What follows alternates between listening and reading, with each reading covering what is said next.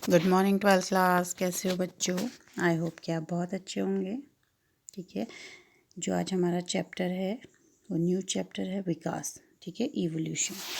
क्या है चैप्टर का नाम? इवोल्यूशन। ठीक है, तो इसमें हम बात करेंगे कि कैसे एक एक कोशिकीय जीव से ह्यूमन बनने तक का जो सफ़र है वो कैसे पूरा।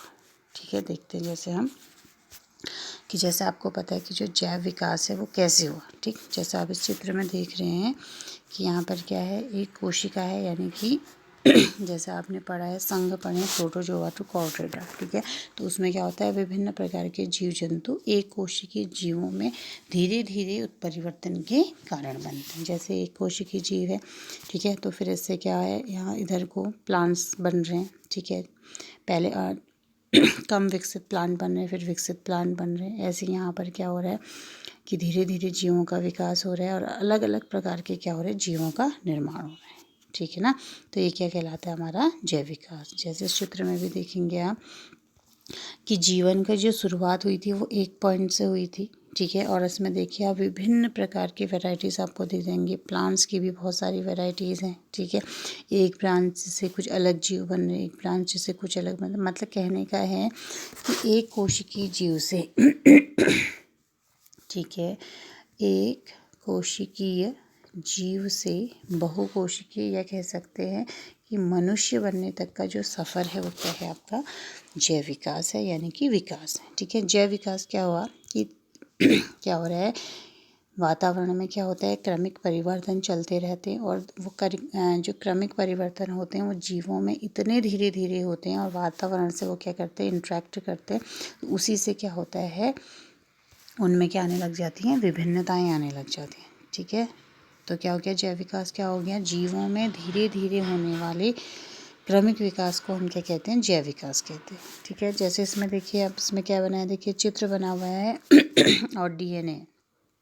ठीक है ना, तो यहाँ पे ब्रह्मांड दिखाया गया है। ठीक है, उसके बाद क्या है, डीएनए दिखाया गया है, यानी कि जो ब्रह्मांड पहले बना उसमें क्या हुआ था, कुछ मॉलिक्यूल्स, केमिकल मॉलिक्यूल्स बने थे, जिसके वजह से डीएनए का निर्माण हुआ, और डीएनए ने क्या किया, अलग अलग प्रकार के जीवों को इवॉल्व कर दिया। ठीक है, विकसित कर दिया। ठीक है, जैसे अब प्लांट में क्या होता है, डीएनए की संख्या अलग होती है, चूहे में अलग होगी, मनुष्य में अलग होगी, डायनासोर्स में अलग होगी।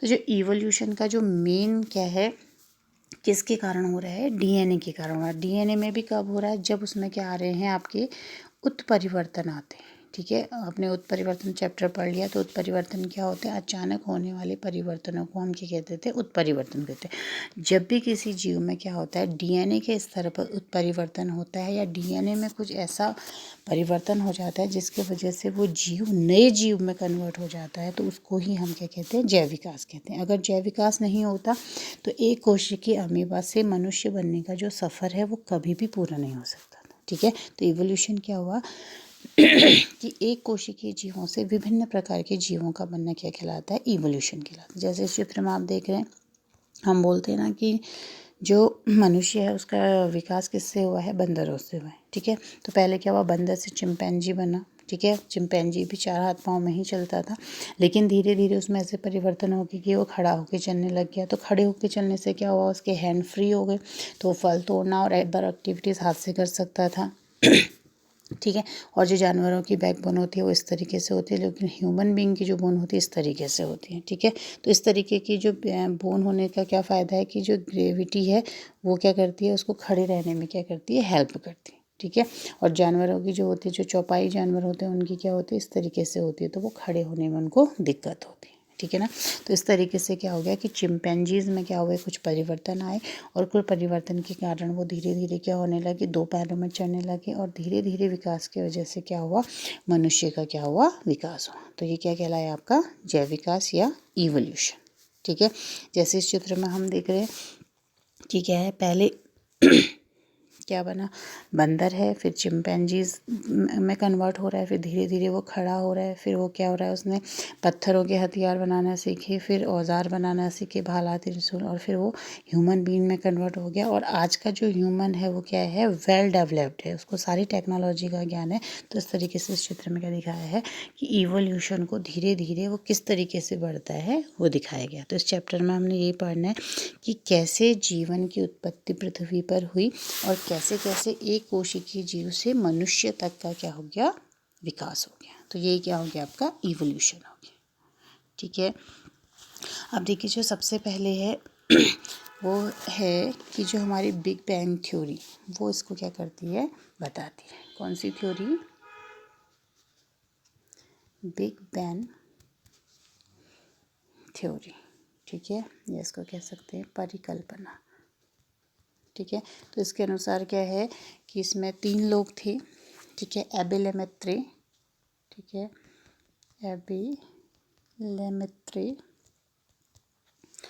एबिलेमेत्रे, गैमो, ठीक, और डिक।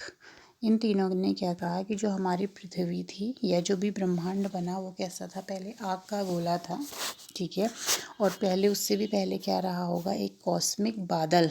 ठीक है, एक बहुत बड़ा बादल क्या हुआ, आपस में टकराया, और उसके वजह से क्या हुआ, क्योंकि पृथ्वी क्या थी, जलते हुए आग का गोला थी। ठीक है, तो उसमें क्या हुआ, लगातार महाविस्फोट होते रहे, और महाविस्फोट में जो वर्तमान में गैसें हैं, हाइड्रोजन और हीलियम, उनका निर्माण हुआ। ठीक है, आप सूर्य में भी देखते हैं ना, संलयन की क्रिया में क्या होता है, हीलियम चाहिए होता है, हाइड्रोजन चाहिए होता है, तो ये क्या हुआ, ये दोनों प्रोड्यूस हुई। ठीक है, तो इसके बाद क्या हो गया कि पृथ्वी क्या होने लगी, इसमें जल वाष्प बनने लगी, और पृथ्वी धीरे धीरे क्या होने लगी, ठंडी होने लगी, और इसी वजह से इसमें क्या हुआ, विभिन्न प्रकार के आकाश गंगाओं का क्या हुआ, निर्माण हुआ। जैसे हमारी आकाश गंगा का नाम क्या है, मिल्की वे है, तो इस तरीके के अनेक इसमें क्या बन गई, आकाश गंगाएं बन गई, सौरमंडल बन गया। ठीक है, लेकिन उस वक्त क्या था कि यहाँ पे पृथ्वी पे ऑक्सीजन नहीं थी, तो क्या हुआ कि धीरे धीरे यूवी रेज ने क्या करा, आपस में इन गैसों की क्या करी, बार बार क्या हो रहा है, इसमें केमिकल रिएक्शन होते चले गए।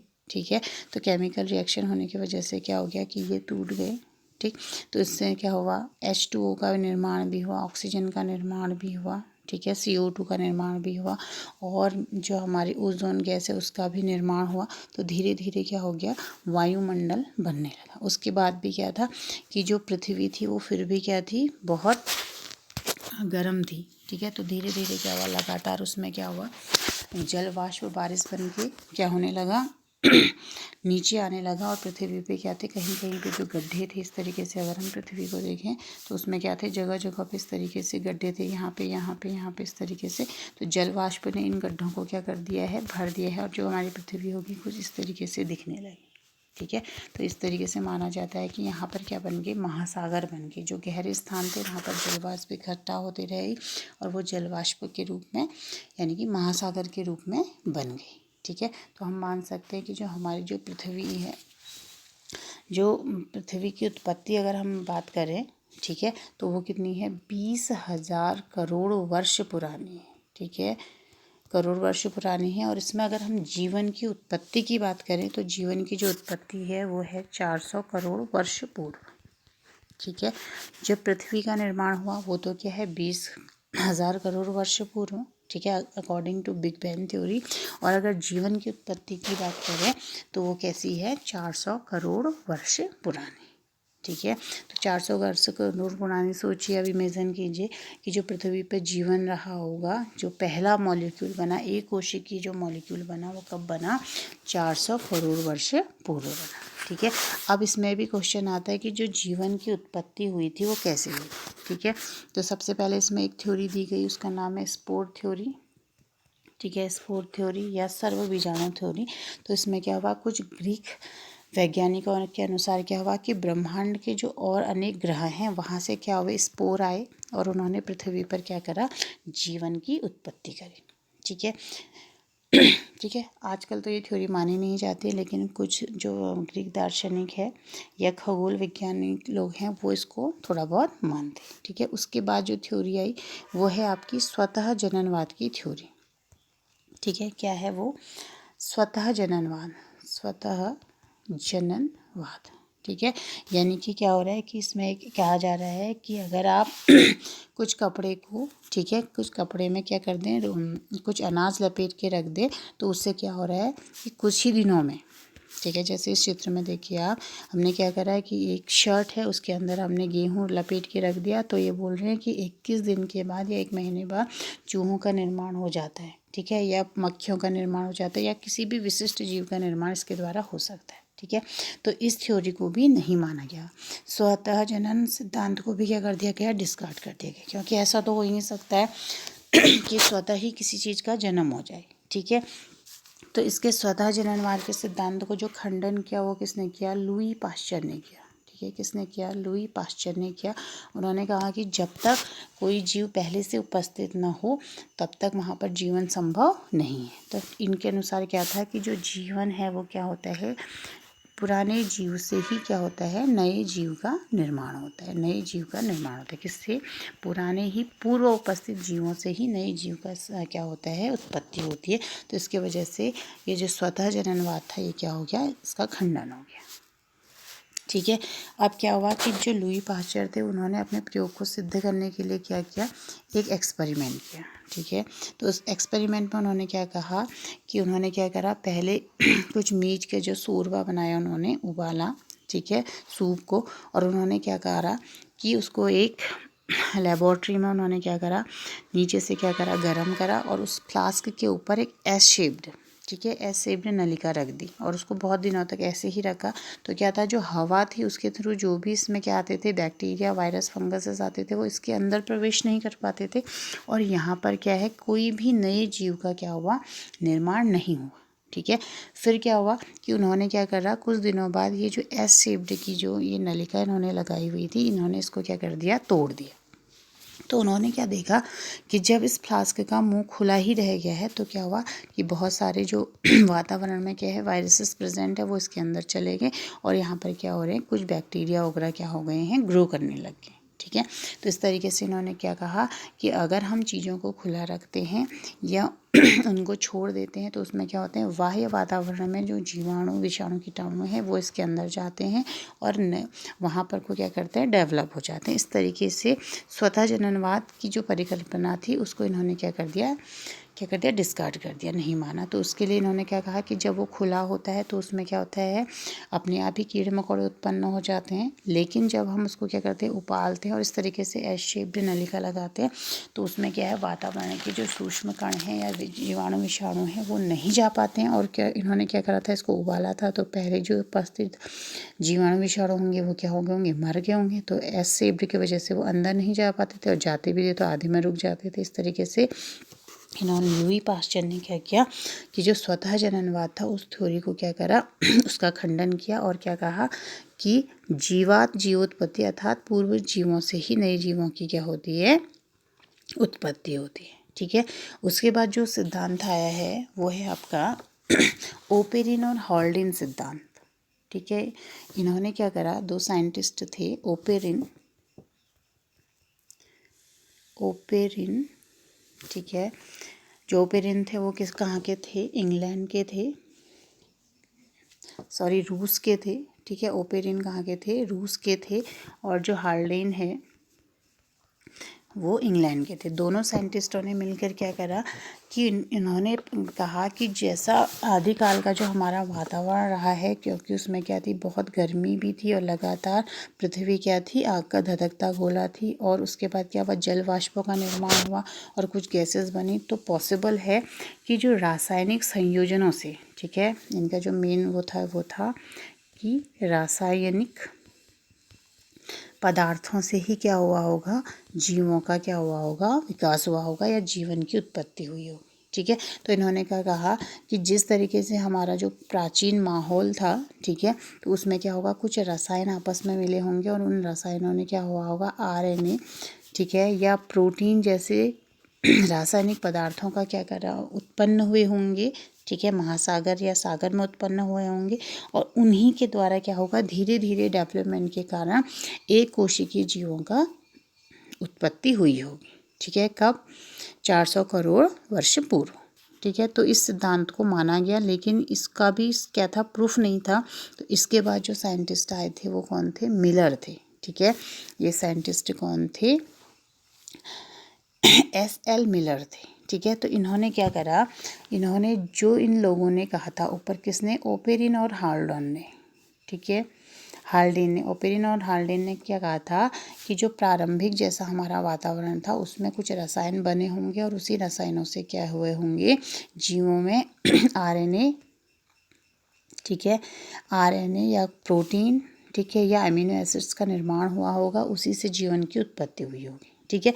तो मिलर ने क्या किया अपनी प्रयोगशाला में, ठीक है, अपने प्रयोगशाला में प्राचीन तरीके का वातावरण ही क्या कर दिया, क्रिएट कर दिया, ठीक है। तो जैसे कि आप इन्होंने देख रहे होंगे इस चित्र में, तो कब किया इन्होंने, 1953 में उन्होंने एक प्रयोग किया, क्योंकि उनको पता था कि जो पहले जो वातावरण में गैसें रही होंगी वो क्या थी, एक तो मीथेन थी, ठीक है, दूसरी क्या थी, अमोनिया थी, और क्या थी, हाइड्रोजन थी, और क्या थी आपका जल वाष्प था, ठीक है, और बहुत सारी क्या थी, गर्मी थी, ठीक है। तो इस तरीके से इन्होंने क्या करा, इस तरीके के इक्विपमेंट लेकर, ठीक है, देखिए इन्होंने क्या क्या लिया है, यहाँ पे फ्लास्क लिया है, ठीक है। फ्लास्क में इन्होंने क्या करा, पानी को उबाला है, क्योंकि वहाँ पर क्या था, जो महासागर बन गए थे गर्मी के कारण वो उबलते ही रहते थे, तो ये हो गया, ठीक है। फिर इन्होंने क्या करा कि इसमें वैक्यूम उत्पन्न कर दिया और इसमें एक चैम्बर लगाया है इन्होंने। इस चैम्बर में क्या करा, ये जो है इलेक्ट्रोड है, यानी कि उस वक्त का जो टेम्परेचर था उसको शो करने के लिए इन्होंने क्या करा, 2 टंगस्टन के इलेक्ट्रोड लगाए और उनका जो टेम्परेचर था वो 800 डिग्री सेंटीग्रेड रखा, जैसा कि प्राचीन समय में रहा होगा, ठीक है।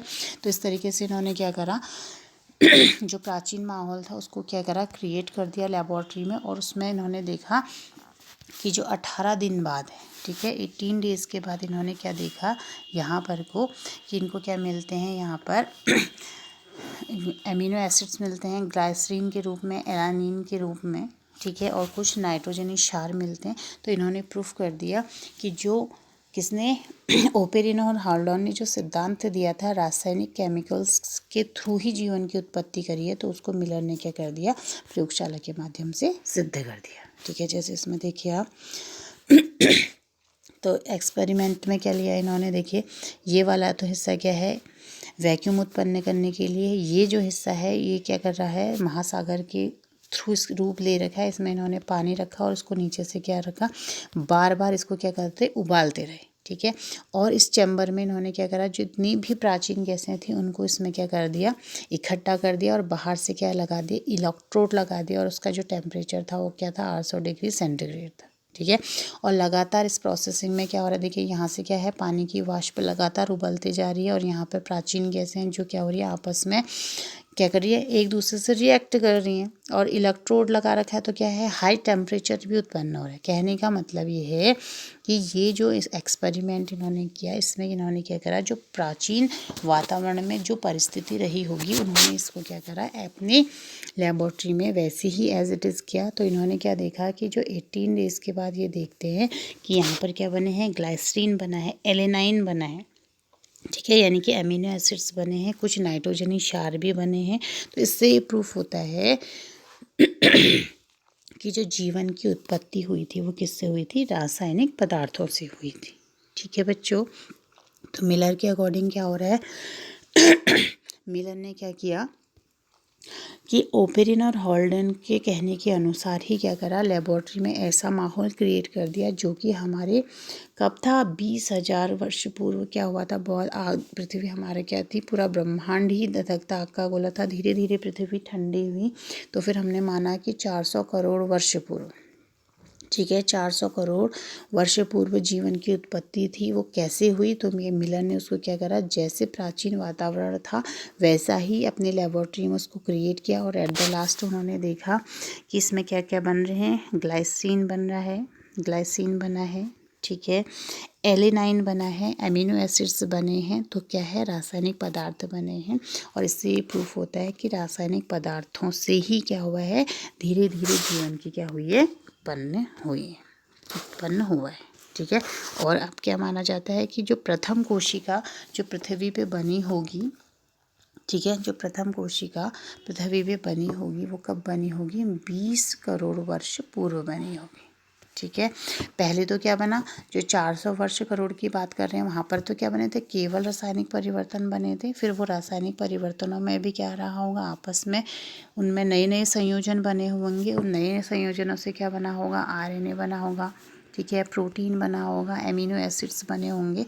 तो उसके बाद क्या होगा, 200 करोड़ वर्ष पूर्व क्या हुआ होगा, एक कोशिकीय जो प्रथम कोशिका थी उसका निर्माण हुआ होगा। और वो निर्माण कहाँ हुआ होगा, महासागर में हुआ होगा। तो हम कह सकते हैं कि जो जीवन की जो उत्पत्ति हुई है वो कहाँ हुई है, जल में हुई है, महासागर में हुई है। और कब हुई है, 200 करोड़ वर्ष पूर्व। तो प्रथम कोशिका का निर्माण हुआ है। जीवन की जो उत्पत्ति की जो प्रोसेसिंग थी वो कितने वर्ष पूर्व हुई है, 400 वर्ष पूर्व हुई। ठीक है बच्चों, तो आज के लिए इतना ही। ठीक है, नेक्स्ट चैप्टर में फिर हम नेक्स्ट टॉपिक डिस्कस करेंगे। Thank you.